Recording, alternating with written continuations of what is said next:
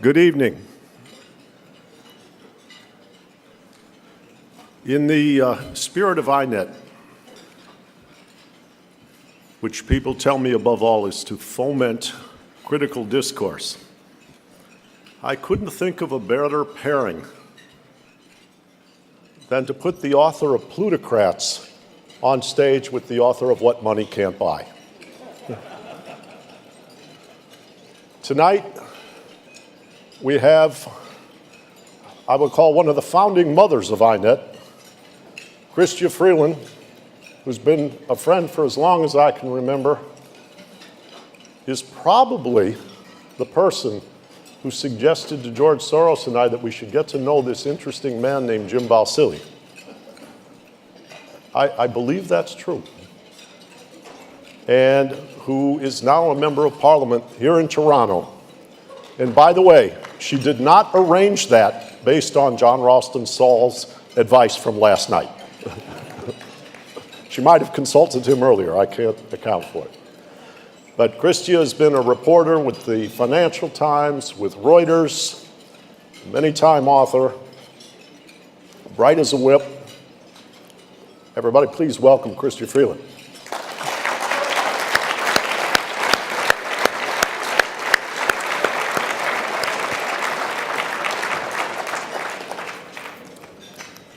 Characteristically, Michael Sandel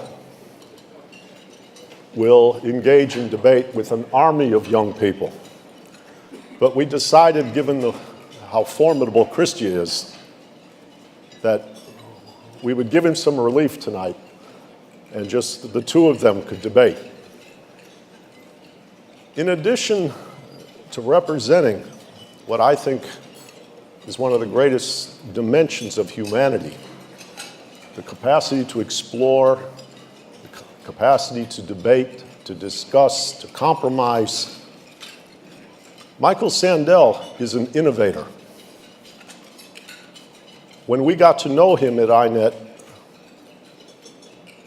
much of the excitement and the promise was as we grew to understand how he's transformed the nature of communicating scholarship and ideas. This is a man who has probably the most watched social science course in history online called Justice. I understand over 30 million people in China have watched this online. I've seen him in front of 14,000 people in a football stadium in Korea. His scholarly work is covered by the BBC, NHK, WGBH, National Public Television in the United States, and many other things. He's blazing trails in the way to communicate with people, engaging both left and right, and he's often said to me, more than anything else, what we have to do is get people talking again about what matters to us. Please welcome Harvard Professor of History, it's going to be Harvard Professor of Government, Michael Sandel.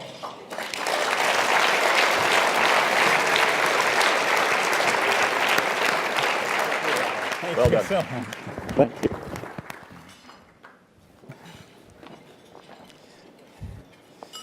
Well, thank you, Rob, for that bracing introduction. Rob Johnson and INET have really created, I think, one of the most important movements connecting the academy and the world in trying to reimagine economics, and it's a great pleasure to be a part of this. And what an honor to share the platform with Chrystia Freeland, whom I so admire.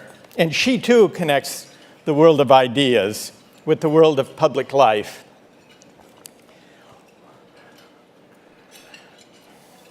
When I was first exposed to economics, as an undergraduate, I was bedazzled by it.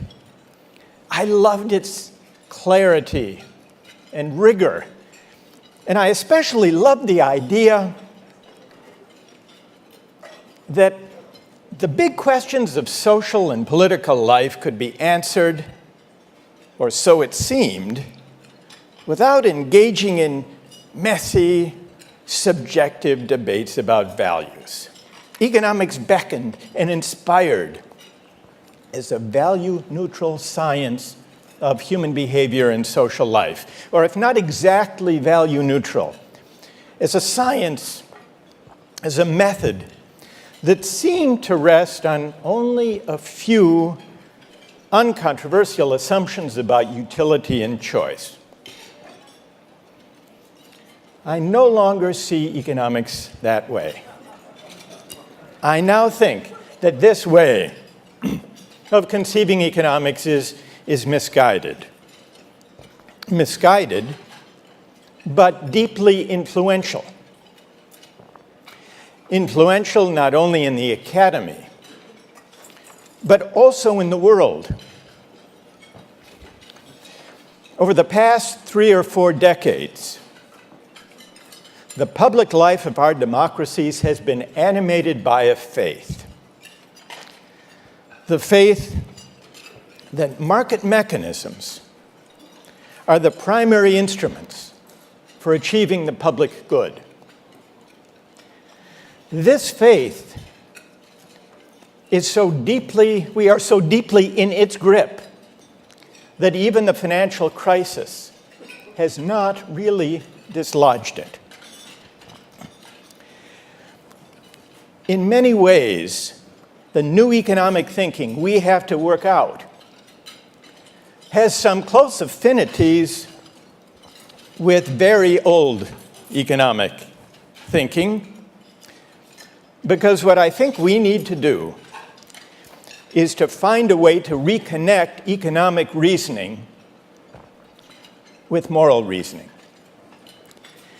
The classical economists understood their subject in this way. From Adam Smith to Karl Marx to John Stuart Mill, despite their ideological differences, the classical economists did not view economics as a value-neutral science or even as an autonomous discipline. They all understood it to be a subfield of moral and political philosophy. And I think that we will succeed in recasting, in reinventing economics when we reconnect it with this long but largely forgotten tradition. I'd like to suggest what this might look like tonight by asking a simple question. Are there some things that money should not be able to buy? But to approach this question, I suggest we start with an easier one. Are there some things that money can't buy? Most people would agree that there are at least a few. Friendship, for example. Suppose you want more friends than you have. You have trouble making friends. It might occur to you to try to buy a few. But you would quickly realize that this wouldn't work. A hired friend isn't the same as a real one. You could hire people to do some of the things that friends typically do, picking up your mail when you're out of town, looking after your children in a pinch, or in the case of a therapist, listening to your woes and offering sympathetic advice. You could do all of those things. In fact, until recently, you could even bolster your online popularity by hiring some good-looking friends for your Facebook page for 99 cents per friend per month. A website sold them.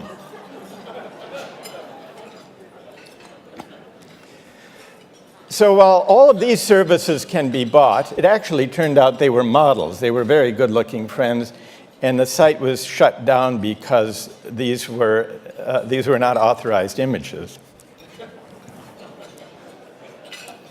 But you can't actually buy a friend. Somehow the money that would buy the friendship dissolves it, turns it into something else. Take another example that may be of interest to this audience, the Nobel Prize. Suppose you desperately want a Nobel Prize, but fail to get one in the usual way, it might occur to you to buy one. But here, too, you would quickly realize that it wouldn't work. The Nobel Prize is not the kind of thing that money can buy. This isn't simply because the Nobel Prize Committee doesn't offer any of them for sale. Even if they did, even if they auctioned off, say, one Nobel Prize a year, the bought award would not be the same as the real thing. The market exchange, the money, would dissolve the good that gives the prize its value. This is because the Nobel Prize is an honorific good, and once word got out that the prize had been bought, the award would no longer convey or express the honor that people seek when they aspire to a Nobel Prize. These are easy cases. But now let's consider goods of a different kind. Goods that money can buy, but that arguably shouldn't be bought. Consider a human kidney, for example. Some people are in favor of markets in organs, human organs for transplantation. Other people are against. But if it's wrong to buy a kidney, the problem is not, as with the Nobel Prize, that the money dissolves the good. The kidney will work, the bought kidney will work, assuming a good match, regardless of the payment. So to decide whether kidneys should or shouldn't be up for sale, we have to engage in a moral inquiry. Or take baby selling. Some years ago, Judge Richard Posner, a leading figure in the law and economics movement, proposed the use of markets to allocate babies up for adoption. Now, many people disagreed with Posner's proposal, but with baby selling, as with a market in kidneys, the market would not dissolve the good the buyer seeks. If there were a market in babies up for adoption, people who paid the going price would get what they wanted, namely a child. Whether such a market is morally objectionable is a further question. So it seems at first glance that there's a sharp distinction between two kinds of goods. Things that money can't buy, like friends and the Nobel Prize, and things that money can buy but arguably shouldn't, like kidneys and children. But I would like to suggest that this distinction is less clear than first appears. If we look more closely, we can glimpse a connection between the obvious cases, where the money spoils the good being bought, and the controversial cases, where the good survives the selling, but is arguably degraded or corrupted or diminished as a result. We can explore this connection by considering some cases intermediate between friendship and kidneys. If you can't buy friendship, what about expressions or tokens of friendship? Take a wedding toast. Probably many of you here have been invited at one time or another to deliver a wedding toast for a dear friend. It can be an anxiety-inducing request to come up with a speech that's apt, that's appropriate, that's funny, that's heartwarming, that captures the relationship. Now there's help. There are websites that will sell you a custom-written wedding toast. One of these websites is called theperfecttoast.com. You go online, you put in some information about the bride and the groom, how they met one another, how you knew the couple. You say whether you want a funny or a speech or a tearjerker. And within 3 to 4 business days, you get a custom-written wedding speech for, how much would you guess? Anybody? What? $200? $300? It's $149, including shipping and handling. Now, a wedding toast then is something money can buy, but, or can it? Is it the same good if it's bought as the authentic, spontaneous, handwritten one? Maybe not. How would you feel? Here's one test. How would you feel if at your wedding, your best friend delivered a wedding toast so moving that it brought tears to the eyes of everyone in the room, and then afterwards you learned he'd bought it online for $149? Would the value and meaning of it be the same? Probably not. Which suggests that a wedding toast is an interesting intermediate case. Money can buy it, but the buying of it does in some way diminish or corrupt or degrade the value and meaning of it. Now,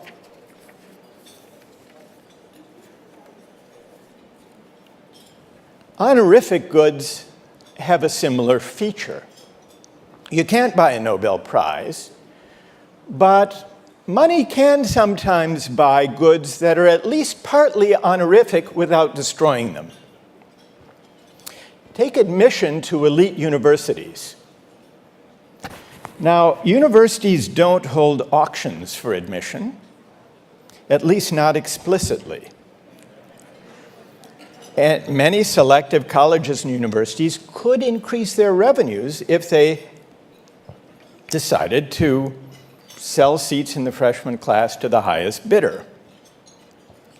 But even if they wanted to maximize revenue, universities wouldn't auction off all the seats.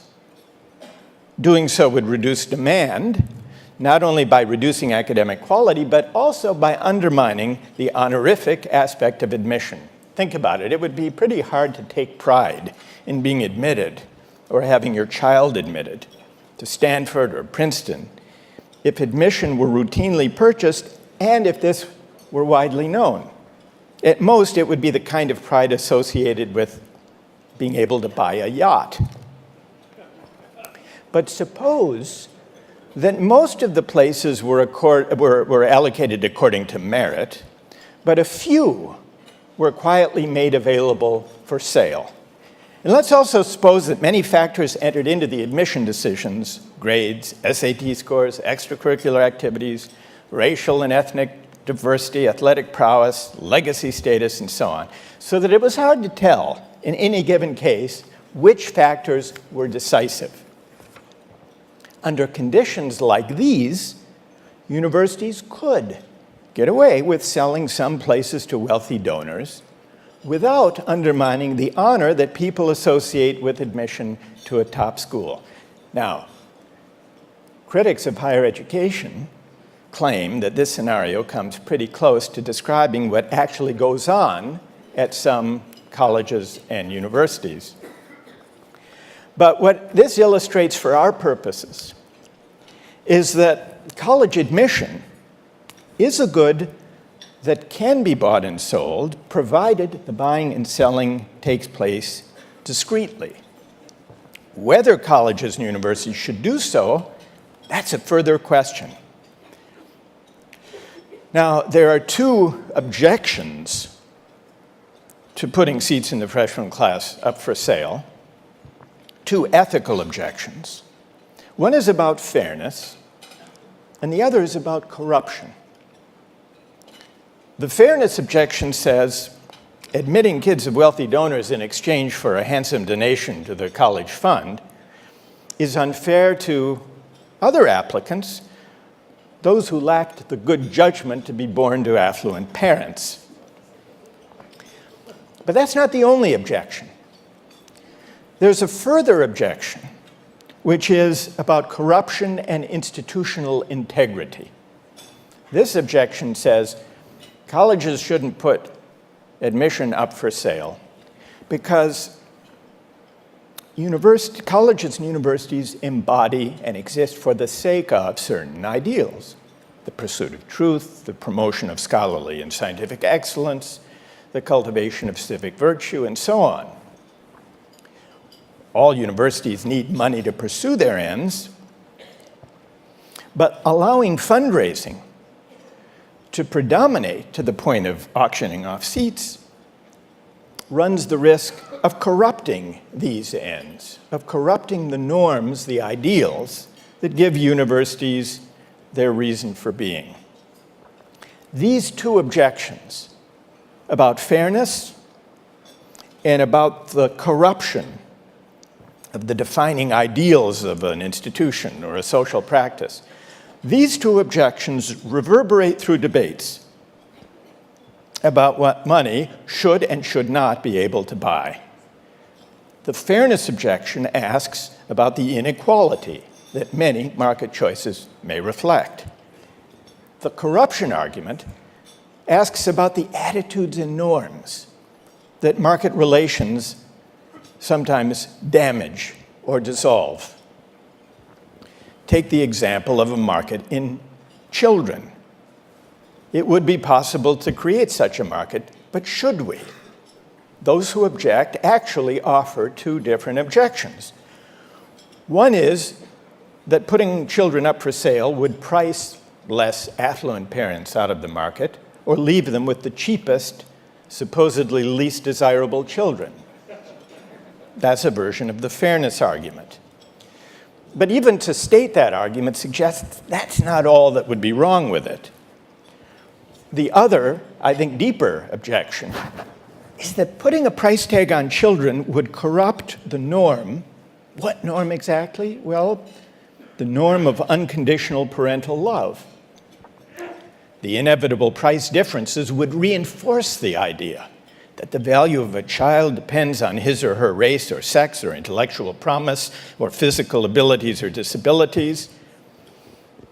This is an instance of the corruption argument, that an important norm constitutive of good parenting, unconditional love, would be undermined.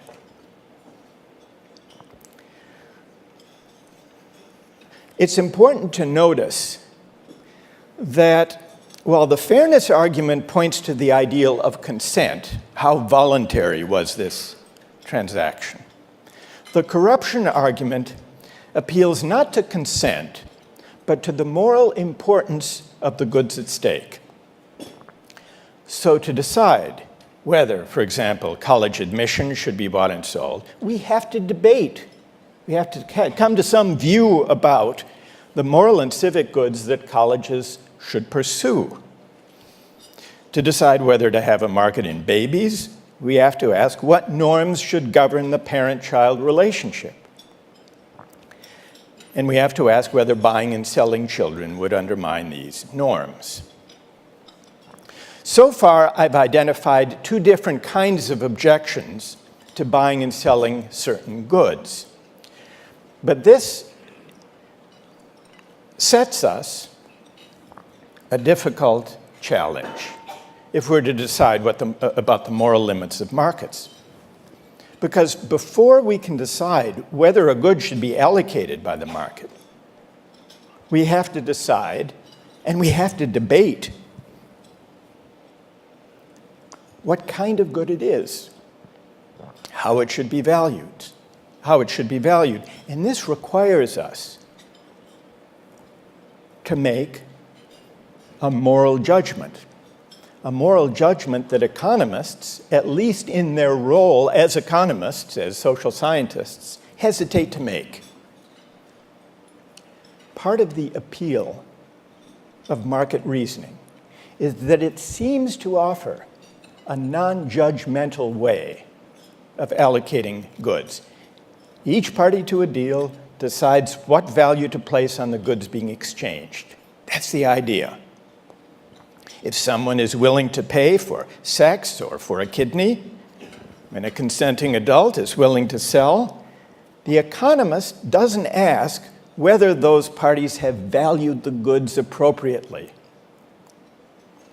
Asking questions like that would entangle economics in controversies about virtue and the common good, about the proper way of valuing social practices. And so it would violate the strictures of a purportedly value-neutral science. And yet, it's impossible to decide where markets are appropriate without addressing these questions. Now, the textbook approach, or the standard approach, evades this quandary by assuming, usually implicitly, that putting a price on a good doesn't alter its meaning. It assumes without argument that the activity of buying and selling doesn't change or diminish the value of the things being bought and sold. This assumption may be plausible in the case of material goods. If you sell me a flat-screen television or give me one as a gift, it will be the same good. The television will work just the same either way. But the same may not be true when market practices extend their reach into human relationships and civic practices: sex, child-rearing, teaching and learning, voting, civic life, and so on. And so when market reasoning travels abroad, as it increasingly does these days, when it reaches beyond the domain of televisions and toasters, then market values may transform social practices, and not always for the better.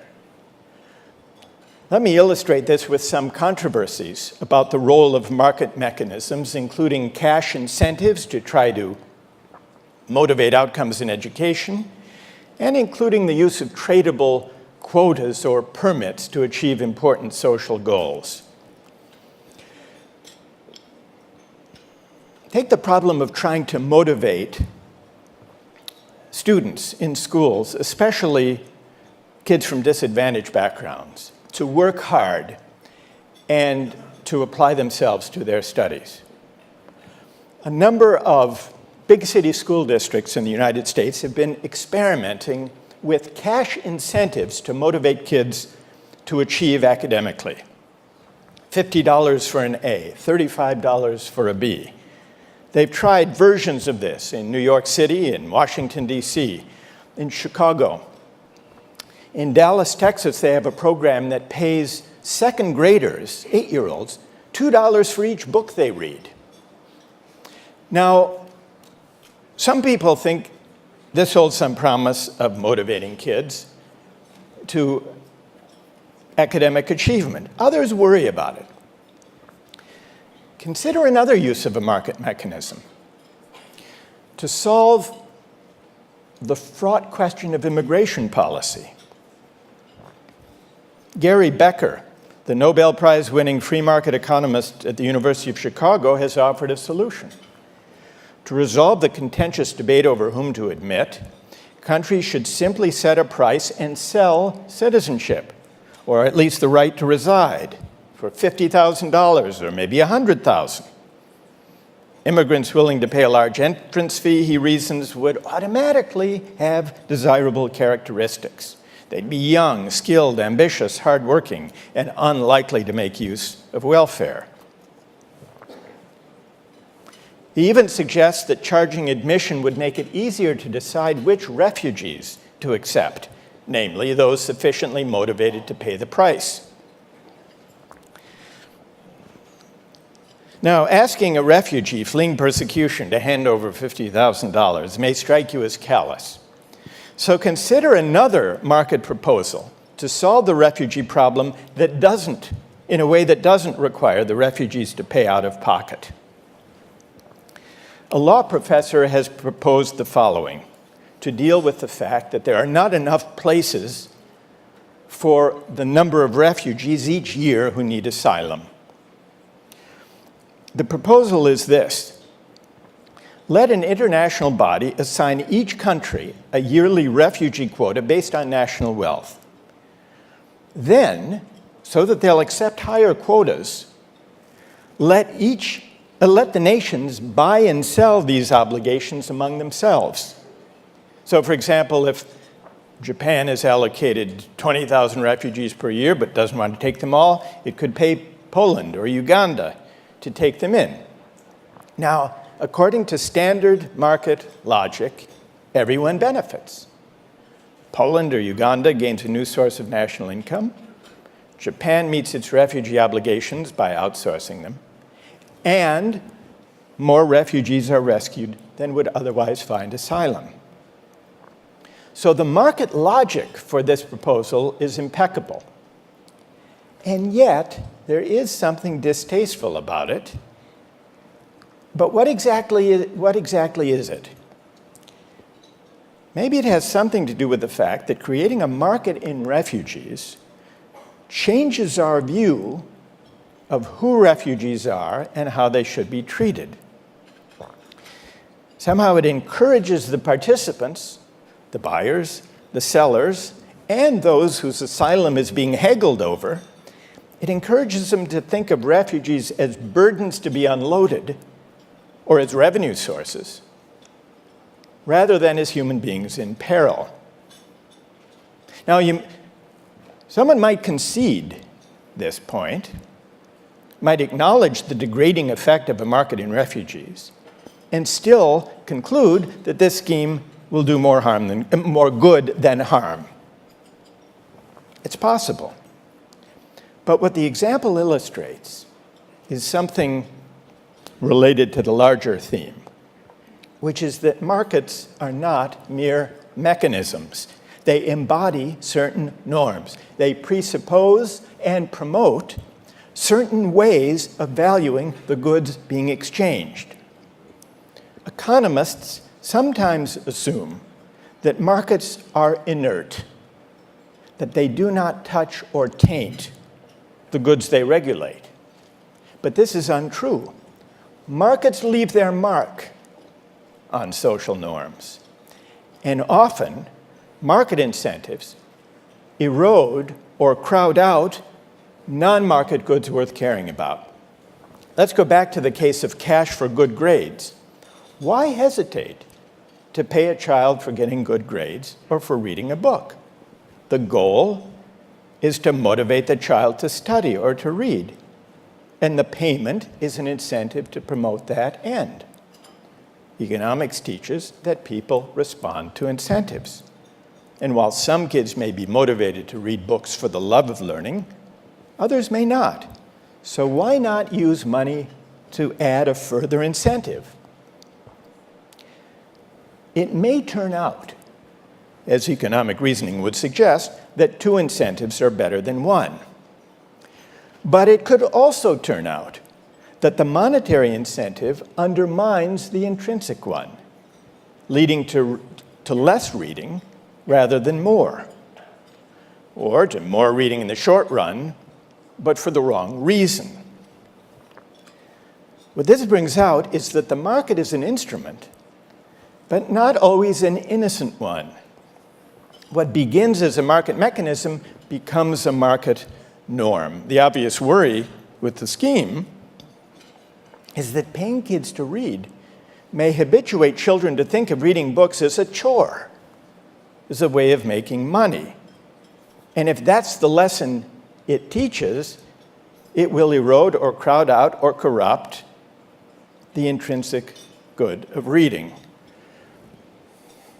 A friend of mine pays his young kids $1 for each thank you note they write, if someone takes them out to dinner or sends them a gift. I've received some of these thank you notes, and I can tell by reading them that they were written under a certain pressure. My wife and I look askance at this practice. We wonder how these kids will turn out.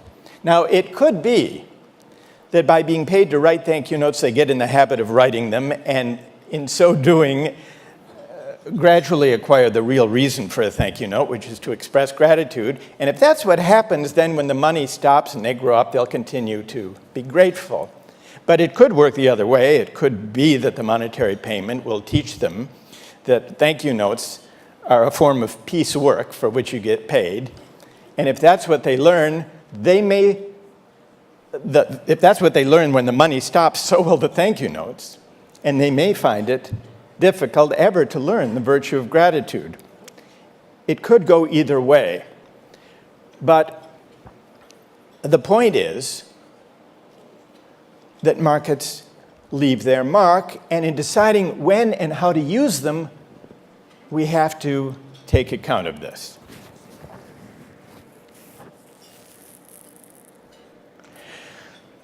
There's a famous study of some Israeli daycare centers that illustrates this point. The centers faced a familiar problem. Many of you have heard of this study. Parents coming late to pick up their children.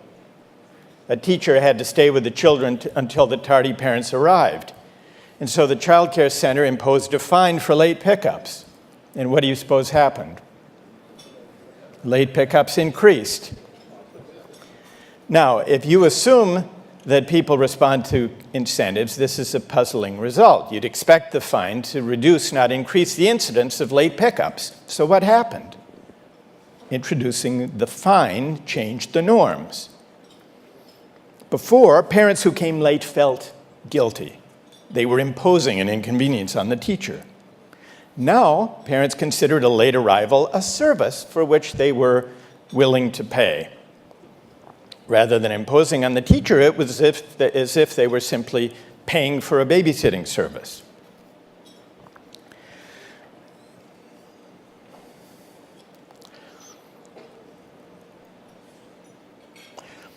The parents were treating, the problem, to put it in other ways, the parents were treating the fine as if it were a fee.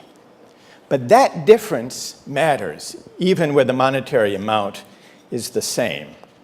Fines register moral disapproval. Fees are simply prices that imply no moral judgment. Consider the case of parking spaces reserved for the physically disabled. Suppose a busy but able-bodied contractor wants to park near his building site. He can't find any other convenient place. For the convenience of parking his car in a place reserved for the disabled, the contractor is willing, let's say, to pay the rather large fine. He considers it a cost of doing business. Even if he pays the fine, wouldn't we consider that he's doing something wrong?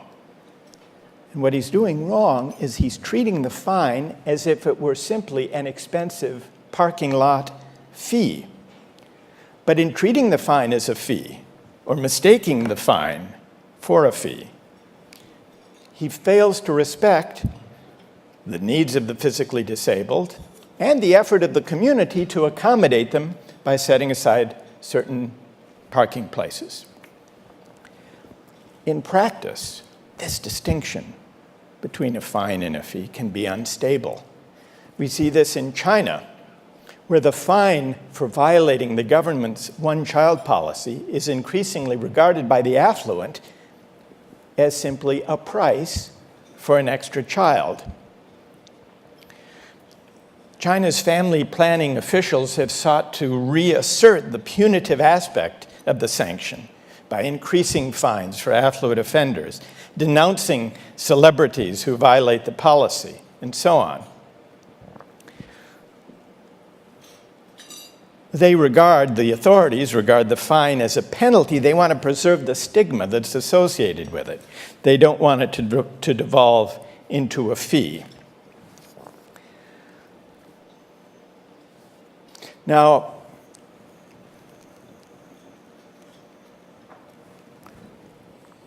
in figuring out what should be the role of markets and market mechanisms, we have to figure out what is the meaning of the social practice? What are the attitudes and norms that are embodied in those practices? And then ask whether buying and selling will diminish or corrupt those attitudes and norms. In Switzerland, some years ago, they were trying to decide where to locate a nuclear waste site. No community wants one in its backyard. The government identified a small town in the mountains as likely to be the safest place, but under the law, they had to get the approval of the community first. And so a survey was done of residents of this small town in the mountains of Switzerland, and they were asked, if the Parliament chooses your town, would you vote to approve the siting of the nuclear waste site here? Despite the risks, 51% said yes. Then they asked a follow-up question. They sweetened the deal. They said, now suppose Parliament chooses your town and offers to compensate every resident of the town with a yearly sum of some 6,000 euros. Then what percentage of the people said they would be willing to accept it? Any guesses? Just what number? You can call out the number. Some say 90, some say 20, 25, 40. It's like an auction here. It fell in half, from 51% to 25%, after the money was offered. Now, from the standpoint of standard price theory, this is a paradox. Normally, if you offer people money to do something, more people, not fewer, are willing to do that thing. So what happened here? Well, it could be that the offer of the money made the people think, gee, this must be riskier than I thought. They're willing to pay me. But they tested for that, and they found that the estimate of the risk by the participants was about the same before as after the offer was made. So something else must explain the result. And what probably explains it is that the monetary offer changed the meaning of the choice. What had been, the 51% were willing to make a sacrifice for the sake of the common good, out of a sense of civic virtue. They were willing to make that sacrifice. But when money entered the picture, what had been a civic question became instead a deal, a transaction, a pecuniary relationship. People were asked, why did you change your mind? And they said, we didn't want to be bribed. But why would the payment be understood as a bribe? Because now they were being asked not to make a sacrifice for the common good, but to put at risk their health and the health of their families for the sake of money, and that felt like a bribe. That was different. Now, why worry? Why worry about the tendency of markets to crowd out non-market norms? For two reasons, one fiscal, one ethical. The fiscal reason is social norms can, if you can rely on them, they're a great bargain. You can get the nuclear waste site located if social norms and civic virtue animate the public and save huge amounts of money. But that's not the only thing that's at stake. There is also the intrinsic value of the duty to show up on time, or the intrinsic love of reading in the case of the books, or the sense of civic virtue in the case of the Swiss nuclear waste sites. Once we see that markets and commerce change the character of the goods they touch, we have to ask where markets belong and where they don't. And we can't answer this question without debating and deliberating about the meaning and purpose of goods and the values that should govern them. We hesitate to do this. And the reason we hesitate to do it is that deliberations such as these touch inescapably on competing conceptions of the good life. This is terrain on which we often fear to tread. For fear of disagreement, we hesitate to bring our moral and spiritual convictions into the public square. But shrinking from these questions does not leave them undecided. It simply means that markets will decide them for us. This is the lesson of the last 3 or 4 decades. The era of unquestioned market faith has coincided with the time when public discourse has been largely hollow, empty of moral and spiritual substance.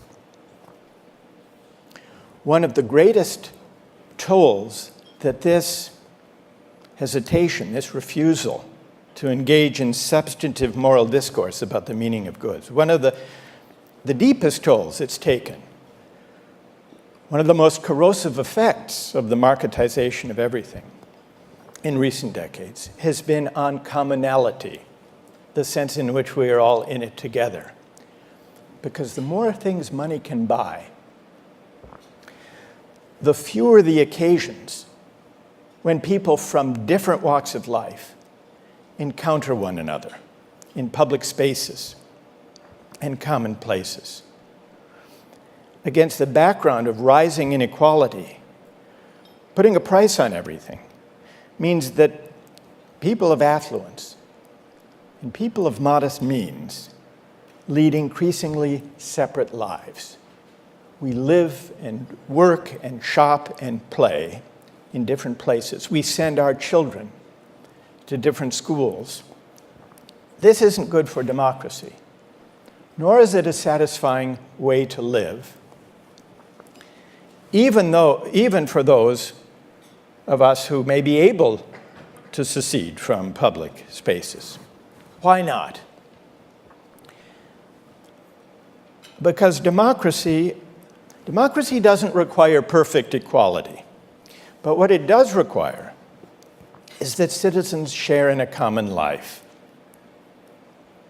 What matters is that people of different backgrounds and social positions encounter one another, bump up against one another in the course of everyday life.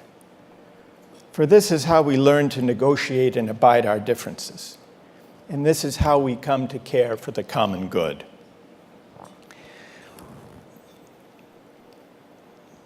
We can see this writ large, but also writ small. One of the most influential studies of the corrosive effects that markets can have on social goods and on commonality was a study about blood by a sociologist, Richard Titmuss, in the early 1970s. He did a study comparing the US and the UK system of blood donation. In the UK, it could only be given voluntarily without pay. In the US, it was a mixed system. There was a market in blood, and it could be donated. Titmuss showed that in economic terms alone, the British system was actually more efficient. But his main point was that allowing the purchase and sale of blood would have the effect, and did have the effect, of crowding out or eroding the gift relationship, not only with regard to the giving of blood, but also with regard to altruism and civic virtue and social solidarity. This book stirred up a wide controversy. It was much debated. And one of the sharpest critics of Titmuss's account of blood was one of the most distinguished economists of his generation, Kenneth Arrow, wrote a long essay critical of Titmuss's study. Now, Arrow was no Milton Friedman-like proponent of unfettered markets. His earlier work had analyzed imperfections in markets for healthcare, but he took strong exception to Titmuss's critique of economics and market thinking. And in doing so, Arrow invoked two key tenets of market faith, two assumptions about human nature and the moral life that economists often assert but rarely defend. The first is that commercializing an activity doesn't change it. Arrow insisted on this. He doubted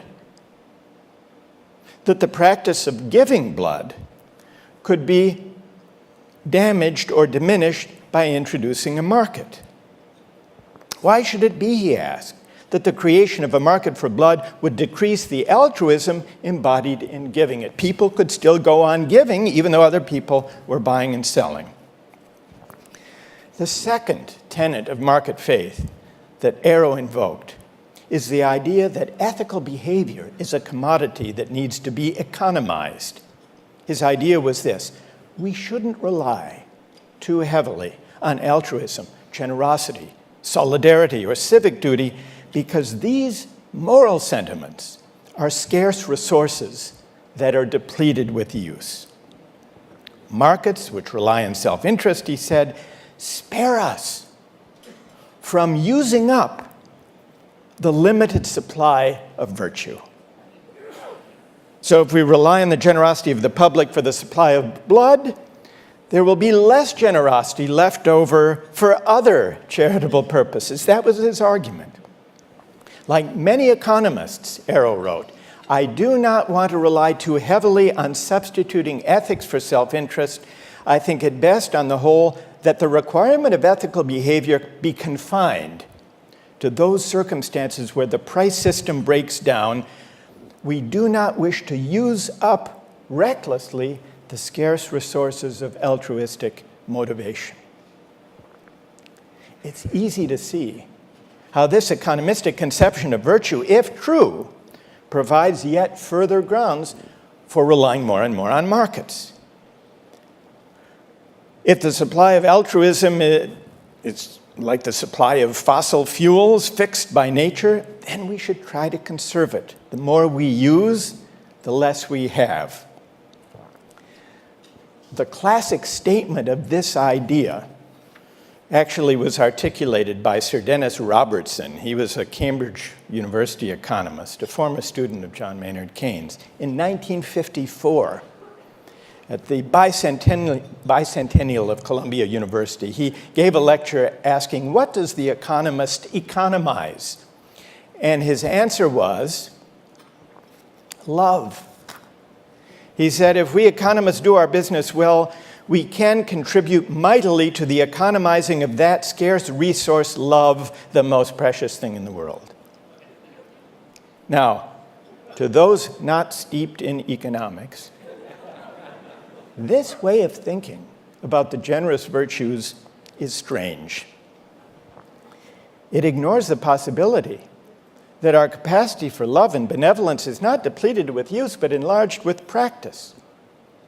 Think of a loving couple, if over a lifetime, they asked little of one another in hopes of hoarding their love.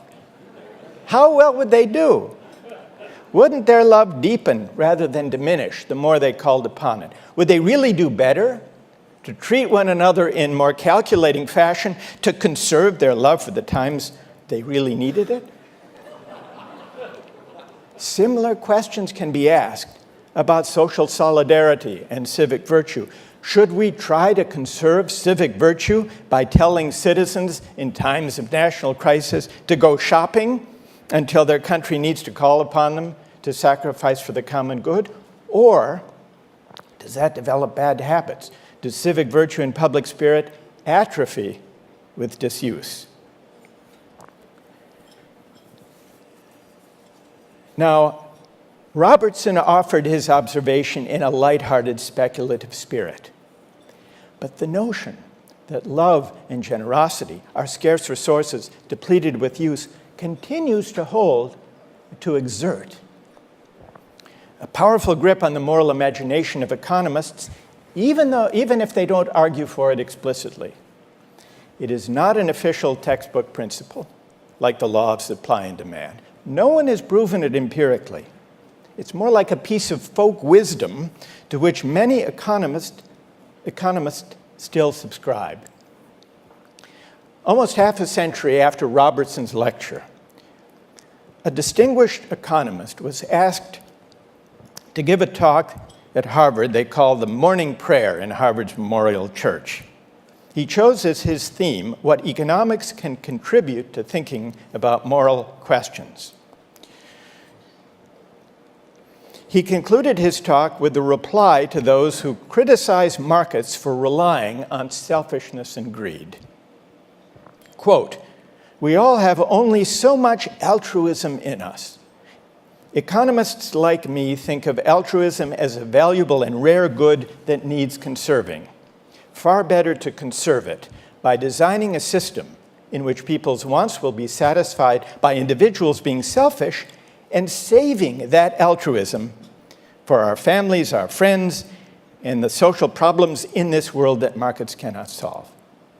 So here, 50 years later, Robertson's adage is reasserted.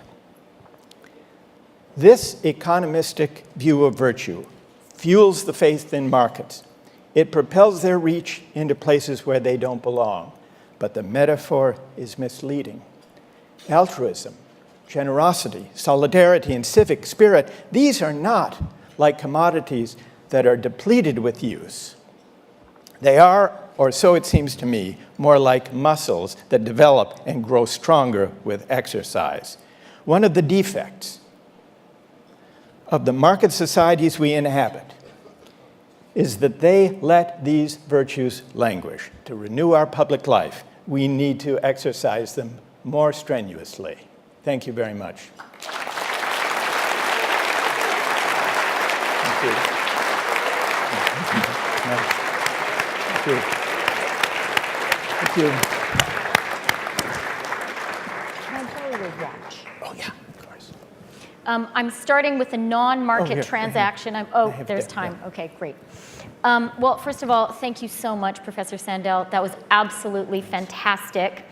And I have been one of the people who was not at all surprised by Professor Sandel's internet stardom, because long before the internet was invented by Al Gore, when I was a Harvard undergraduate, his class was considered to be the best, most perfect one because it left you smarter, but it was also really fun to attend. He actually made it interesting. And I think you've all seen how brilliantly he does that. So thank you very, very much. Thank you so much. And I have to say, I was with you apart from your parenting tips, because if you took bribery and threats out of my arsenal with my 3 kids, they would be barbarians on the streets, even more than they already are. So if you don't deploy those tools, I'm impressed that your sons have turned out so well. And I did also want to start just by saying, welcome to Toronto and to Canada, everybody. Isn't it great here? And for all of the visitors to Toronto, I'd like to assure you this balmy, beautiful weather, we get it 365 days a year. It's really always like this. So I wanted to start, and okay, we officially have 22 minutes. I'm going to take the liberty of saying, why don't we make it half an hour? And then I'll ask questions for about 15 minutes, and then I'll throw it open to everybody else. Everybody cool with that? Will we civically be virtuous? Yeah, okay, good. So I want to start by asking, in the acknowledgments of your book, you talk about how these ideas have been ideas you've been wrestling with since you became a Harvard professor in 1980. Can't believe it's been that long. What impact did the collapse of the Soviet Union and of that system have both on your thinking about the morality of markets and on our own broader thinking? It's easier for me to answer, I think, with regard to the impact on our broader thinking. I think we misread the end of the Cold War. We read the end of the Cold War, I think, in triumphalist terms, as if there were only 2 systems, only 2 ways of organizing social life. Theirs lost and ours won. And that induced a kind of complacence that distracted us from the obvious fact that there are many different versions of capitalism and of democratic capitalism. And we see them in very different forms around the world. And I think by not attending to the varieties of capitalism and simply thinking, well, ours won, therefore markets are, after all, the primary instrument for defining justice and seeking the common good, we reinforced an uncritical acceptance of the market faith. So I think it reinforced a tendency that was already present. And I guess for my own thinking, it didn't have a deep influence because I never took seriously the models, the old Soviet model that had failed. I was never part of a generation that was even remotely tempted by that. So I was more concerned with what we were doing here and worried that we were inhaling too deeply of a complacence born of over-reading or too simply reading the meaning of the end of the Cold War. You've spoken to us just now about lots of different areas in which using market reasoning perverts and corrupts what we're doing. I'd like to ask you about money in politics. Yeah. And you're an area of obvious interest to Yeah. me. Your Supreme Court is taking the view that restrictions on money, broadly, that restrictions on money in politics are restrictions on free speech. Yes. What's your view? I think that that's a mistaken view, and it's disastrous for democracy. And unfortunately, the court has been... Yeah, the court is so wedded to this view that money is a form of speech that I think we're going to have to explore creative alternatives to, which may include... I would like to try to get at this indirectly by saying the reason they need to raise so much money is to buy television time. But why do they need to buy television time? The airwaves are licensed to television networks, presumably for the public interest. So I would make a condition of licensing the public airwaves that a certain amount of free time be allocated among the parties and candidates at election time, and in return that there be that we demarketize the buying of television time for political campaigns. A number of European countries do this. And then the restrictions, tearing down the restrictions on campaign contributions would matter much less, because you would have this deal where you want the free television time, you have to agree not to spend private money on it. You've spoken a lot about the areas in which it's a mistake to apply market principles. What about those among us, and I know there are many such people here today, whose main job is to work in the markets? CEOs, investors. How should they judge their actions? In an era of maximizing shareholder value, demanding investors, how is a business person to be a moral person? Well, I think that first we have to distinguish between having a market economy and becoming a market society. Over the past 3 decades, we've drifted from the one to the other. A market economy is a tool. It's a valuable and effective tool for organizing productive activity. A market society is different. A market society is a place where almost everything is up for sale. It's a way of life in which market thinking and market values reach into almost every aspect of life. And that's what I'm against. I'm not against market economies. And so I think the test for any business or company is what are companies and businesses for? Ultimately, they are social organizations whose purpose is to advance the public good by engaging in the production of goods and services. I think that finance is another matter. Finance is a harder question because the social purpose of finance is to allocate capital to socially useful purposes, building factories, building homes, and so on. But much financial activity today is unrelated to that legitimate and important social purpose. And there, I think we should have a public debate about the social purpose of finance and what financial activities and institutions really do contribute to the effective allocation of capital, and what ones are essentially, basically, casinos betting on events with no productive effect. And is there anything morally wrong with casinos, be they on Wall Street or in Las Vegas? Well, I think so, yes. We've seen that they come with certain costs, including the costs of systemic risk in the case of the financial industry, and in the case of casinos in Las Vegas, the standard kind, there are the traditional questions about who's drawn there and whether this isn't a heavy tax on the poor. The same can be said of state lotteries as an instrument of fiscal policy. I think it's striking that since the 1970s, there has been not only has the economy been financialized to a very considerable extent. But at the same time, certainly in the US, I'm not as familiar in Canada, restrictions on casino gambling and state lotteries have completely fallen away during the same time. And so I think we need a public debate about the ethics of speculation.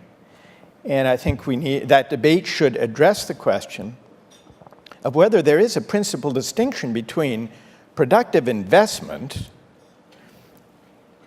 financial speculation, and outright gambling. So I do think there are serious moral questions about the version that takes place both in Las Vegas and in some sectors of Wall Street. Okay, and since Paul Martin, our former Prime Minister and Minister of Finance, is here in the audience, I'm going to take the liberty, Rob, of suggesting a panel for you for your next INET conference, which is to have Professor Sandel and Paul Martin debate precisely this issue, because speaking on behalf of Canada, I'm going to say he did a heck of a job regulating our banks to avoid many of those excesses. Yeah, and you did much better here. Your banks did much better here than ours did. Did much better than ours did. Yeah, and I want to hear Paul tell us whether it's because he's a more moral guy than his U.S. counterparts. That is the reason, isn't it? There you go. So while we're talking about Wall Street and financial excess, when you were talking about your parking example, right, and the danger that financial fines might be seen as a cost of doing business, right, do you think that applies to financial fines on Wall Street? And yes. Does that mean we should be jailing miscreants more often? Maybe, or shaming them, or making the fines weighty enough so that they can't simply be treated as a cost of doing business. You've said shame, and you referred a few times to notions of shame and stigma. Yes. Do we not have enough shame and guilt and stigma today? Do we need more of that? I don't know that it's a quantitative matter. Maybe we need to.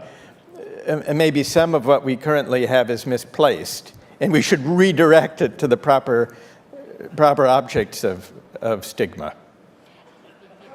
But we could get into where you could get in perhaps to the area where you feel there's a surplus, Christy, and then we could discuss where do you think there's a surplus? Where I could redirect it. Do you have any ideas on that score? Well, a lot of the moral and civic progress that we've that managed to achieve over the last, say, 50 years has been to remove illegitimate sources of stigma in the area of personal life and sexuality. And that doesn't mean we've succeeded in redirecting it to places where it belongs, but that can be a further project. I want to ask you, you've talked a lot about moral thinking and market thinking and where they intersect and not. Right. And as you were speaking, one of the great mysteries of American politics today came to mind for me. And this is the sense of moral outrage that American billionaires are feeling. And we hear it a lot, particularly with the Hitler metaphors, right? It seems like a month doesn't go by that we don't hear an American billionaire compare social, the direction of American politics to some form of Hitler. How, right, we've had Tom Perkins, we had Ken Langone, we had Steve Schwarzman. How do you explain that moral sense? Well, it's an interesting question. And I actually think it has a serious subterranean source. There is a sting in accusations that people who have accumulated in the financial industry, who've accumulated vast sums, they are stung by the suggestion that they don't deserve it. And this question of who deserves what and why is part of the debate I think we need to have and bring out into the open. I think one of the reasons there is such sensitivity about whether they deserve the huge bounties that have befallen them is maybe they too sense that the legitimacy of it may be in doubt.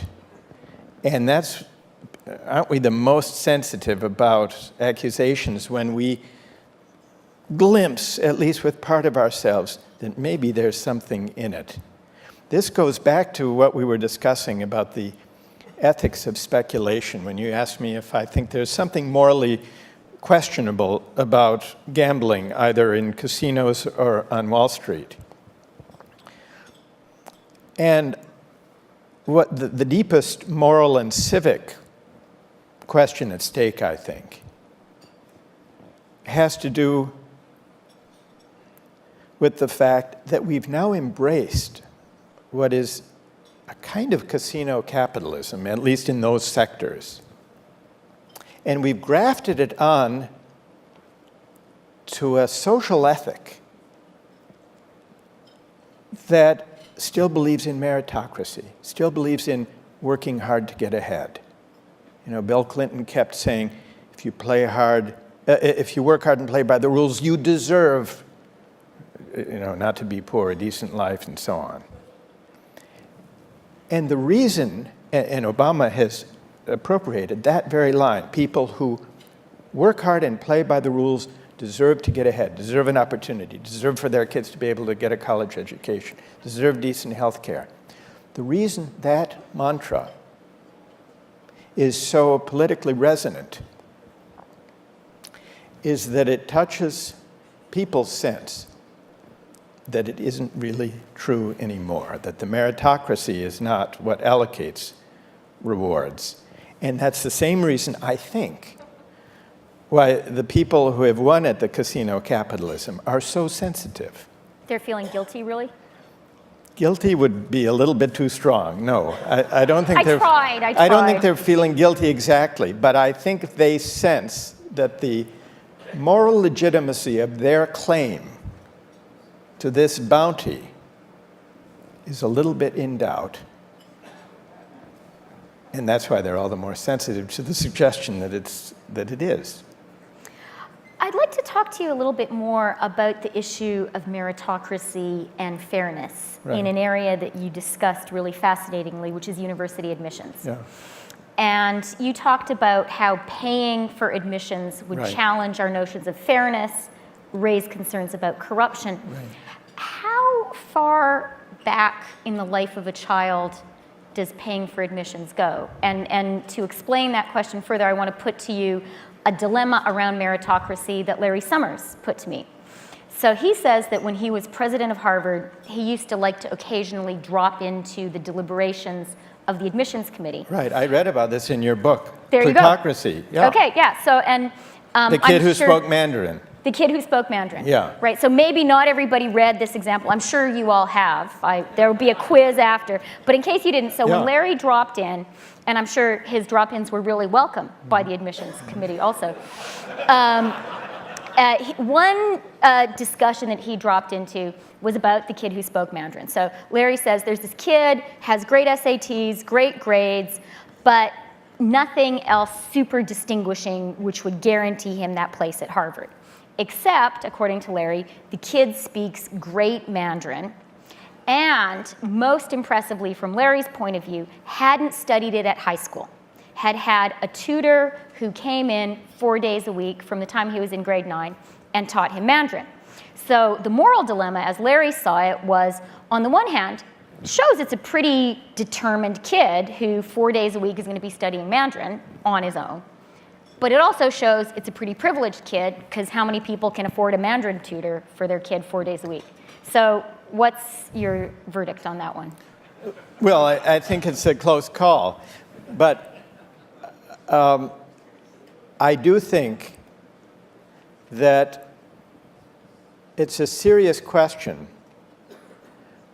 how even the meritocratic system, the SAT was set up originally as an instrument of meritocracy. so that kids who came from not well-known schools, not from private schools, could show their smarts. But now, and when I went to college, I walked in and took the SAT, not really knowing much about it, whereas when my kids took it, all of their friends were taking SAT prep courses and having tutoring and getting all those books and practicing. Did your kids do that? Yes. Well, I worked with them on the books. We didn't outsource it. It's pretty high quality tutoring. I'm not really very good at those logic questions or the science part of it. So my kids were ahead of me on that. But so now all of this has actually become a source of class advantage. You see it. Someone did a study of the top 146 most selective colleges and universities in the United States, not just the Ivy League, the top 146. That's the place where, those are the places where everyone is trying to get in. And the percentage of kids in those places from the bottom quartile of the income distribution is, anybody guess? It's 3%. And if you take the bottom half, the percentage of kids in the top schools from the bottom half of the income quartile is only 10%. Now, this isn't true at the most well-endowed Ivy League places and Stanford and so on, because we have the endowment to fund full financial need and to admit students without regard to need. But I think that's pretty staggering. And what that suggests is that notwithstanding, even before we get to buying your way in, the selective colleges and universities are replicating essentially and freezing in place a kind of class system. And you see this when you look at social mobility, one generation to the next. The American dream always said, look, we don't have to worry so much about equality because people can rise. People aren't stuck in income categories for more than a generation. They can rise. But now the mobility measures show that the US is way behind most European countries in And mobility. Canada. Behind And Canada. Canada. Behind Canada. The place with the most mobility is actually Denmark. So the American dream is alive and well and living in Denmark, but we have a lot of work to do. I have some more questions of my own, but I've lied to you and there are only 11 minutes left. So let's throw it open. Okay, I'm going to start with Bill, please. Do people have to speak into mics? Rob, do you have a viewer? Can people just speak loudly? Or mic is coming? Okay. I think Rob is videoing all of this, so. So first of all, a hearty congratulation on managing in the mass popular culture in this country to reintroduce the young Marx and the process of commodification through the cash nexus into American discourse without ever having to mention the name.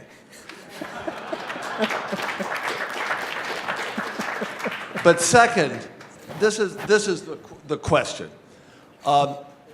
You've been addressing appropriately with your students these issues in the context of a kind of methodological individualism. We have to make these choices. But these choices are, in practice, socially intermediated, as you've said again and again. So the college admissions process is a fascinating one. As formerly co-chair of the first campaign fundraising for Cambridge University since Henry VIII knocked off the monasteries, the number of Americans who asked me, what's the number? What's the number to get a place at Cambridge? And I explained to them, there is no number. There is no number. But the backup reason was because admissions at Cambridge and Oxford is conducted by the people who are going to take responsibility for the education of the kids. There is no admissions office. There is no intermediary that deals with donors and sports coaches. So the question is, how important do you read the persistence and emergence of these kinds of social institutions, such as Cambridge and Oxford fellows taking a month of their lives to interview every kid who's applying for admission to their faculty in their college, to take that and protect it from the acid that corrodes that institution and turns it into a market commodity. Okay. Well, It's pretty clear which system Bill thinks is the better one. I think there's a lot to be said for it.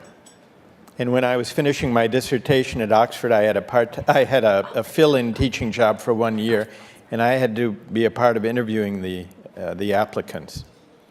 And it's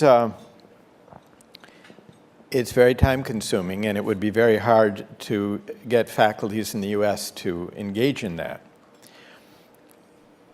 At the same time, I think if there's a change, it's going to happen in the opposite direction from the one you have in mind, Bill, because what Oxford and Cambridge are now just beginning to do, as you well know, is to engage in private fundraising in ways that they have not done before. They are learning from the American system, and in many ways, this is a good and necessary thing to raise private funding to make up for the fact that they can't subsist on the government support and their endowments.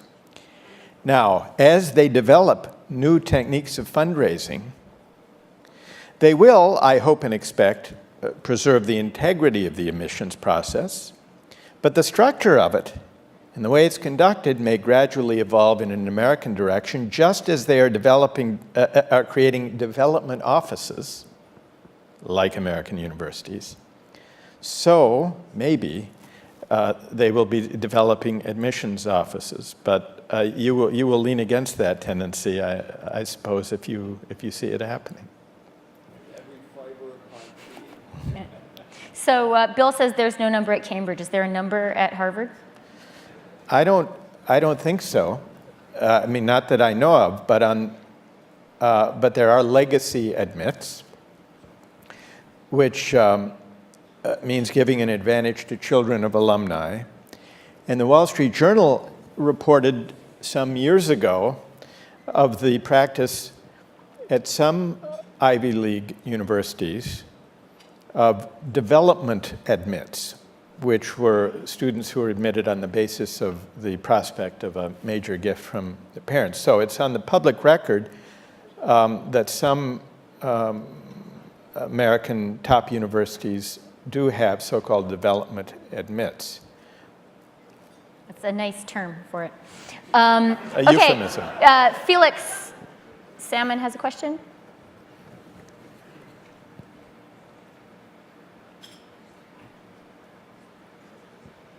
Thank you. I'd like to ask how your talk, which was very interesting, maps onto politics. The Economist, if I'm not being too rude to give this away, in 2003, the Harvard economist who said that altruism is a rare and special good which needs to be conserved was in fact Kenneth Arrow's nephew, who went on to become a key advisor to the current president, along with people like Cass Sunstein. And I wonder if you look at the morality of this presidency versus Republican presidencies, how would you compare them, and do you see a sort of corrosive influence of this kind of thinking more on one side than the other? I think that Democrats and Republicans in the United States have partaken of the market faith I've described. In its clearest and most explicit version, the faith in markets as the primary instrument of the public good came in with Margaret Thatcher and Ronald Reagan. They made it explicit, that argument. What's striking is that even after they passed from the political scene and were replaced by center-left successor governments, This underlying assumption was never frontally challenged by their successors. Bill Clinton, Tony Blair, Gerhard Schroeder, in different ways, moderated but consolidated the faith that markets and market mechanisms are the primary instruments for achieving the public good. Now, do I agree with their policies more than I agree with the policies of Reagan and Thatcher? Yes, of course. But I do think that, to speak of the US, the Democratic Party in the years since the 1980s has yet to offer a serious challenge to that underlying faith. And instead what they've done is to try to make its workings more humane and to help those at the bottom. But I think the great missing debate in not only American politics, but I think in the politics of democratic societies around the world, is the one that we really haven't had since the Thatcher and Reagan years, and that is the question of what should be the role of money in markets in a good society. Neither Democrats nor Republicans have offered or articulated a serious version of that question in public life. And so to that extent, I think across the political spectrum, there is a shared responsibility for that emptiness in our public life. Do you think people like Bill de Blasio and Elizabeth Warren are raising those questions or continuing in the muting the consequences tradition? No, I think they are raising those questions. Yeah. Maria Mazzucato has a question. She's right there. Do we have a mic right here? Maria, stand up so they can see you. Other gentlemen are pretending to be Maria, but we can tell the difference. Mariana. Right, so as much as I loved everything you had to say, I feel like there's something inert-ish about how you're talking about markets, because I feel like what's missing is organizations. So if markets are actually the outcomes of different types of organizations, which are business organizations, household organizations, and government organizations, you can imagine households which actually do or do not give unconditional love, businesses which are or are not run by stakeholder versus shareholder type capitalism, governments that are driven by big thinking, the kind of mission-oriented stuff that both Bill and I talk about, versus small government worried about just, debt and austerity. Those kinds of outcomes from those different types of organizations, market outcomes, are very, very different. And I don't kind of hear that subtlety in how you talk about markets. Well, it is true. I would have to plead guilty. I don't have a worked out view about alternative market or market-like institutions that could address some of these difficulties. What I'm trying to do is to identify certain features of the public philosophy that animates the way we talk about politics and debate political alternatives. And I'm trying to suggest that there is something missing. And I'm trying to describe what's missing and what a reinvigorated public debate, a more morally engaged public debate about markets might look like. But I would readily admit and affirm that were we to have such a debate, we would need to take up questions of institutions and organizations and social practices and the role of civil society in embedding markets. All of that's hugely important. I agree. Okay, even Rob, who has an endless appetite for these conversations, is signaling me to speed up. So I'm going to take two more quick questions. One right here next to Rob. Hi, so Professor Sandel, you talk about how trade corrupts emotional goods. And I wanted to raise the issue of the deepest social inequality in civilization, which I think if you look around, you might see, which is gender inequality. And feminist economists have asked for a long time, how do we manage to increase the equality of the formal labor market in workplaces from central banks to universities. And it seems the answer to that, at least partly, must be to increase the value of the informal labor market, the labor done in the home, social reproduction, emotional care, emotional labor. But it sounds like from what you're saying that cannot be done through a market mechanism. And if that is the case, are we fundamentally stuck then at the levels of gender inequality we have today? Yeah, great question. Great question. I hope not. I hope we're not stuck with the gender inequality that we have today. The question you raise is excruciatingly difficult for just the reason you suggest. Because living in a society where rewards are so closely tied to money and pay gives a powerful reason to consider according greater honor and respect to currently unpaid labor that goes on in the home. No question about it. Because in many respects, for better and for worse, money is the coin of respect and recognition in our society.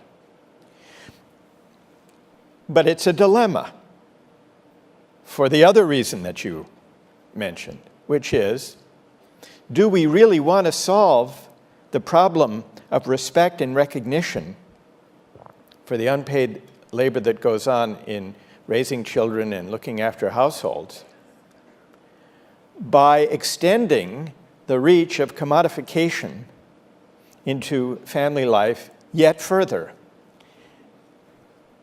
So it's a dilemma. I don't have an easy answer to it, but I think that being alive to that dilemma can enable us to work at it from both ends, by which I mean trying to loosen the connection that we currently have between honor, respect, and recognition and money. We should loosen that connection as a way of according greater respect and honor to unpaid contributions to family life and the social common good, while at the same time trying to deal with the inequality of women that is tied to inequalities of income and of pay. So it's not an easy resolution to the dilemma, but it's to recognize that should be one of the central questions we are debating and trying to sort out, I would say ideally from both directions. Isn't there actually a really easy solution? What's that? Make your husbands and your sons do their fair share? Well, yeah, but that's, I mean, it's hard to enforce, but it's not intellectually right. But that's complicated. But that's part, and maybe that's one step toward the first strategy. If the first strategy is to loosen the overly tight fit now between respect on the one hand and what gets money, what earns money on the other, that's a way of doing it. That is essentially that, no? Yeah. Yeah. Okay, I'm going to give Adair Turner the last question, please. Lord Turner. My question is essentially, do you think this is an argument that you and we are going to win? Because I entirely agree with your categorization of what's happened. For instance, in Europe with Blair, with Schroeder, etc., although they've moderated this tendency to marketization, they fundamentally embedded it. In the UK, for instance, if you look at our approach to healthcare, we are seeing a creeping marketization of healthcare. And we're seeing that despite the fact that it's quite clear that socialized healthcare is massively more efficient than private market healthcare, even if we did stick to the most narrow definitions of economic success. And we are seeing in the UK, I think, precisely this process whereby when you contractize a relationship, you squeeze out intrinsic relationships. So we have demanded of our doctors that they provide weekend cover, and now those who used to provide it for free no longer provide it because they've learned that there's a contract. Now that came from Tony Blair. And so my question is, are we just stuck on something which is, unstoppable? There is an inertia effect, there is a self-reinforcing effect, or are there times when you think you're confident you're going to win this debate and we're going to turn it around in the other direction? Well, I would distinguish between optimism and hope. And hope needs that distinction, I think, to persist and prevail. It's hard to be optimistic with, given the momentum of things, especially over the past 35, 40 years. For the reasons we've been discussing tonight and for the reasons that you've just mentioned, drawing on the experience in Britain and Europe. And one reason I think it's so difficult is not only because there is such power in wealth and in corporations in the banking industry and in Wall Street and in the financial industry. Not just that. Not even mainly that. The hold of markets and market thinking is not just the result of power relations. It's that markets seem to spare us the need to engage in morally contentious public deliberation and debate. And in pluralist societies, we want, it's almost as if we want with every fiber of our being to avoid those debates. And taking on these questions does require a willingness and an ability to reason together in public about ultimately competing conceptions of the good life. And everything in our public philosophy, not just the power of big business and finance, everything in our public life pulls us away from those debates. So my hope, that's why I'm not optimistic, between the power and the reticence, if we can call it those two forces. But the hope is that people know there's something missing. People in almost every democracy in the world, there is frustration and dissatisfaction with political parties, with the alternatives they're offering, with politicians, and with the existing emptiness of public discourse, with the inability to debate big questions, and big questions to do with values. And I see this everywhere I go in the world, especially with young people, but not only young people, a hunger and a yearning for a public life of larger meaning that engages with a morally more robust kind of public discourse than the kind to which we've become accustomed. So in that yearning, in that hunger, in that dissatisfaction with what we've got, I think there is a lot of hope, and that's what we can build on. Yeah. Okay. And I'm going to offer one final spin on that final thought. When you said it's really hard to have this moral discourse in a pluralist society, I thought that you might say in a pluralist and diverse society, culturally, ethnically, religiously diverse. 50% of the people in Toronto aren't born in Canada, so this is a very diverse society. And my not only hopeful but also optimistic concluding thought to you, Professor Sandel, is surely having that moral debate about what it means to be not just a consumer, but also a citizen is the way that you make a diverse society work. And that actually shying away from it isn't how you have a functioning diverse society, but actually engaging in it and saying we are citizens together whose citizenship involves moral choices. That's how you make diversity work. Yes, I agree. I agree. Thank you.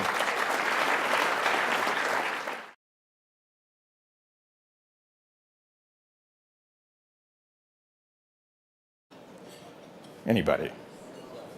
What? $200? $300? It's $149, including shipping and handling. Now, a wedding toast then is something money can buy, but or can it? Is it the same good if it's bought as the authentic, spontaneous, handwritten one?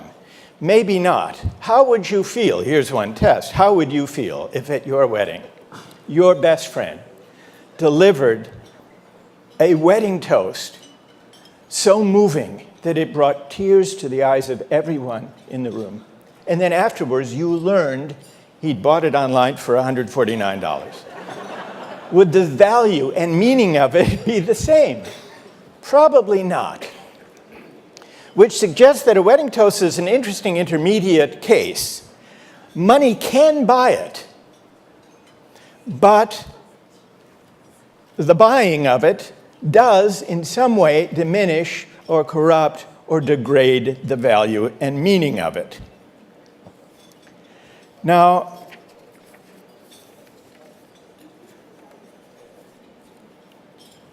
honorific goods have a similar feature. You can't buy a Nobel Prize, but money can sometimes buy goods that are at least partly honorific without destroying them. Take admission to elite universities. Now, universities don't hold auctions for admission, at least not explicitly. And many selective colleges and universities could increase their revenues if they decided to sell seats in the freshman class to the highest bidder. But even if they wanted to maximize revenue, universities wouldn't auction off all the seats. Doing so would reduce demand, not only by reducing academic quality, but also by undermining the honorific aspect of admission. Think about it. It would be pretty hard to take pride in being admitted or having your child admitted to Stanford or Princeton if admission were routinely purchased and if this were widely known. At most, it would be the kind of pride associated with being able to buy a yacht. But suppose that most of the places were allocated according to merit, but a few were quietly made available for sale.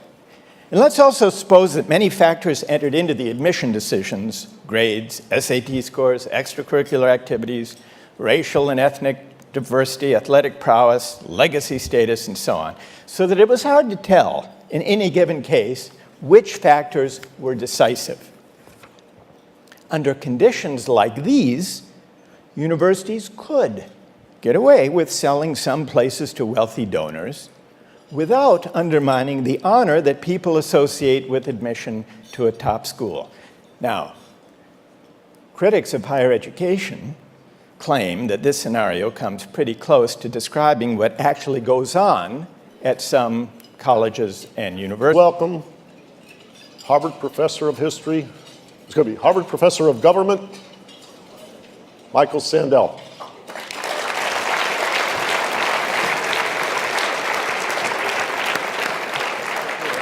Well done.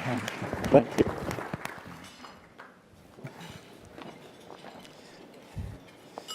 Well, thank you, Rob, for that bracing introduction. Rob Johnson and INET have really created, I think, one of the most important movements connecting the academy and the world in trying to reimagine economics, and it's a great pleasure to be a part of this.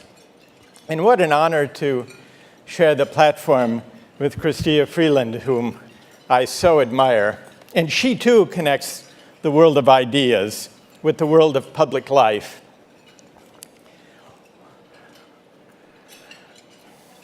When I was first exposed to economics as an undergraduate, I was bedazzled by it. I loved its clarity and rigor. And I especially loved the idea that the big questions of social and political life could be answered, or so it seemed, without engaging in messy, subjective debates about values. Economics beckoned and inspired as a value-neutral science of human behavior and social life, or if not exactly value neutral, as a science, as a method that seemed to rest on only a few uncontroversial assumptions about utility and choice. I no longer see economics that way. I now think that this way of conceiving economics is misguided. Misguided, but deeply influential. Influential not only in the academy, but also in the world. Over the past 3 or 4 decades, the public life of our democracies has been animated by a faith. The faith that market mechanisms are the primary instruments for achieving the public good. This faith is we are so deeply in its grip that even the financial crisis has not really dislodged it. In many ways, the new economic thinking we have to work out has some close affinities with very old economic thinking, because what I think we need to do is to find a way to reconnect economic reasoning with moral reasoning. The classical economists understood their subject in this way. From Adam Smith to Karl Marx to John Stuart Mill, despite their ideological differences, the classical economists did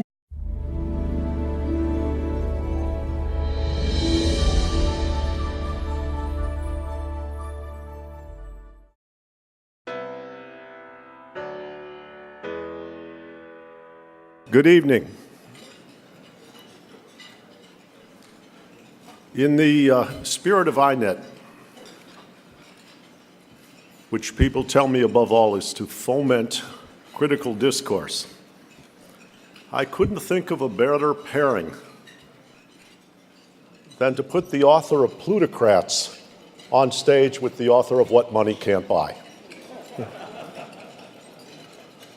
Tonight, we have, I would call one of the founding mothers of INET, Chrystia Freeland, who's been a friend for as long as I can remember, is probably the person who suggested to George Soros and I that we should get to know this interesting man named Jim Balsillie. I believe that's true. And who is now a member of Parliament here in Toronto. And by the way, she did not arrange that based on John Ralston Saul's advice from last night. She might have consulted him earlier. I can't account for it. But Chrystia has been a reporter with the Financial Times, with Reuters, many-time author, bright as a whip. Everybody, please welcome Chrystia Freeland.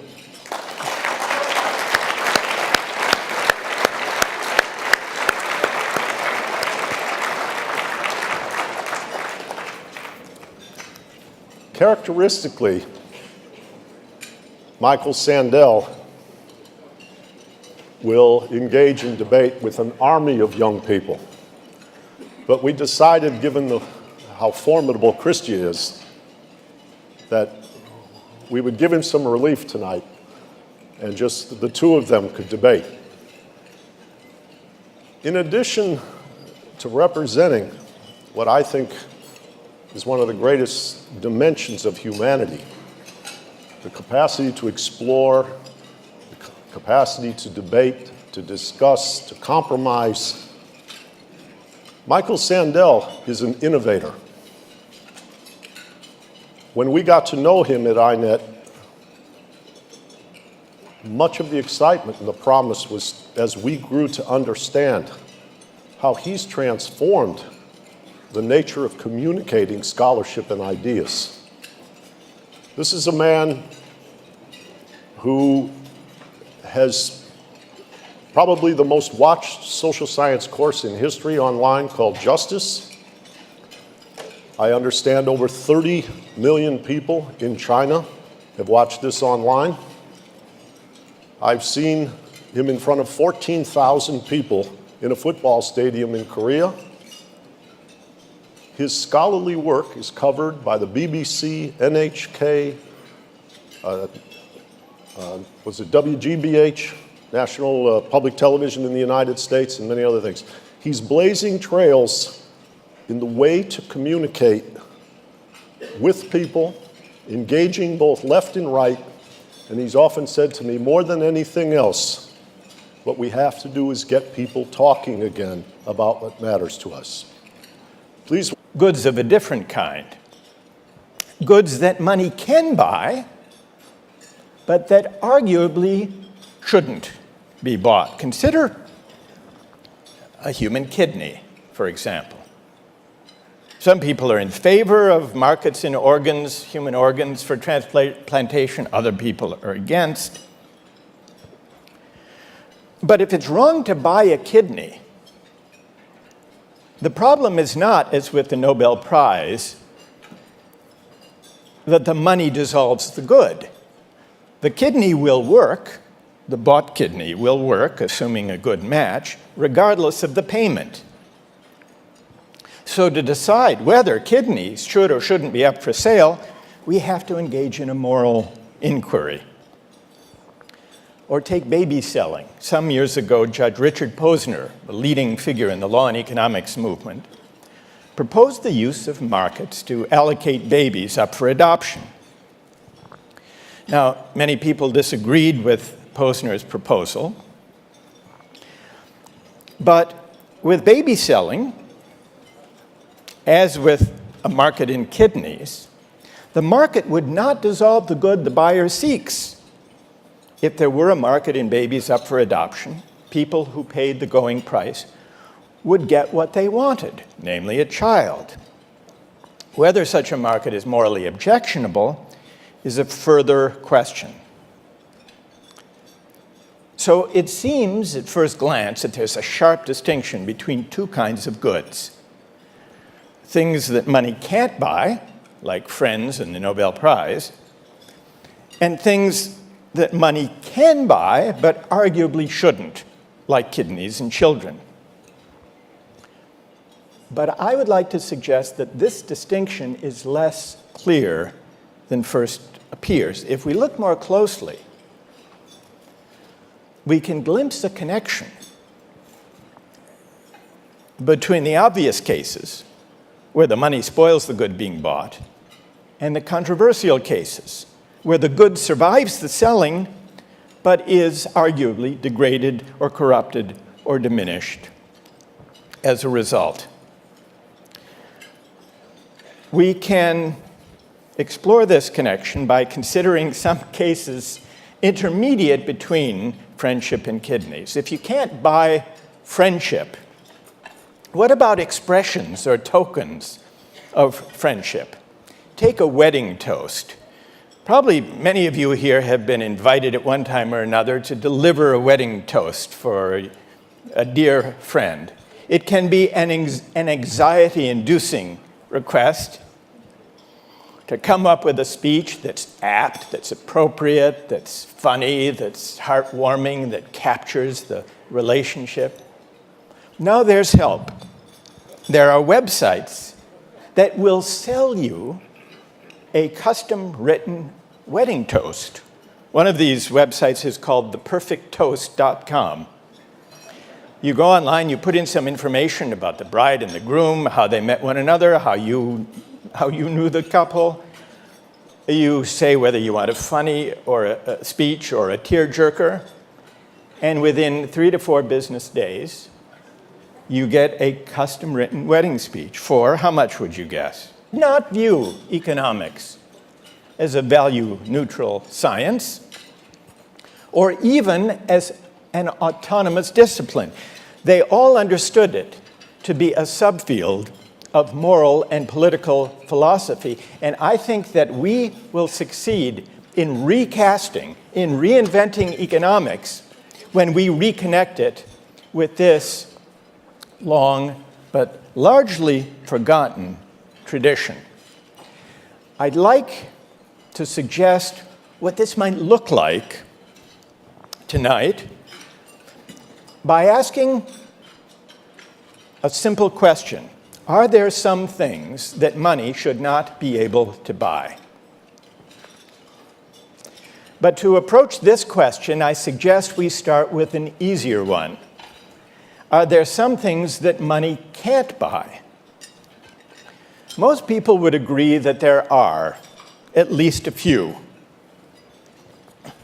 Friendship, for example. Suppose you want more friends than you have.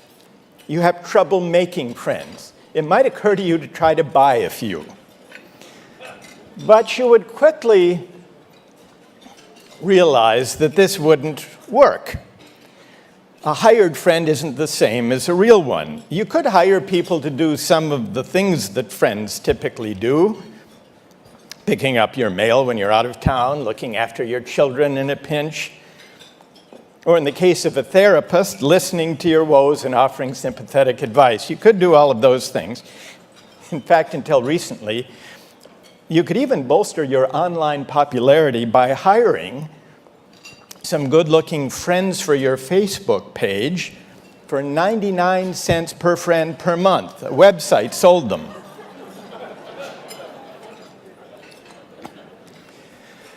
So while all of these services can be bought, it actually turned out they were models. They were very good-looking friends, and the site was shut down because these were not authorized images. But you can't actually buy a friend. Somehow the money that would buy the friendship dissolves it, turns it into something else. Take another example that may be of interest to this audience, the Nobel Prize. Suppose you desperately want a Nobel Prize, but fail to get one in the usual way. It might occur to you to buy one. But here, too, you would quickly realize that it wouldn't work. The Nobel Prize is not the kind of thing that money can buy. This isn't simply because the Nobel Prize Committee doesn't offer any of them for sale. Even if they did, even if they auctioned off, say, one Nobel Prize a year, the bought award would not be the same as the real thing.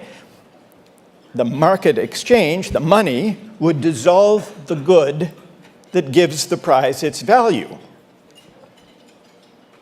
This is because the Nobel Prize is an honorific good, and once word got out that the prize had been bought, the award would no longer convey or express the honor that people seek when they aspire to a Nobel Prize. These are easy cases. But now let's consider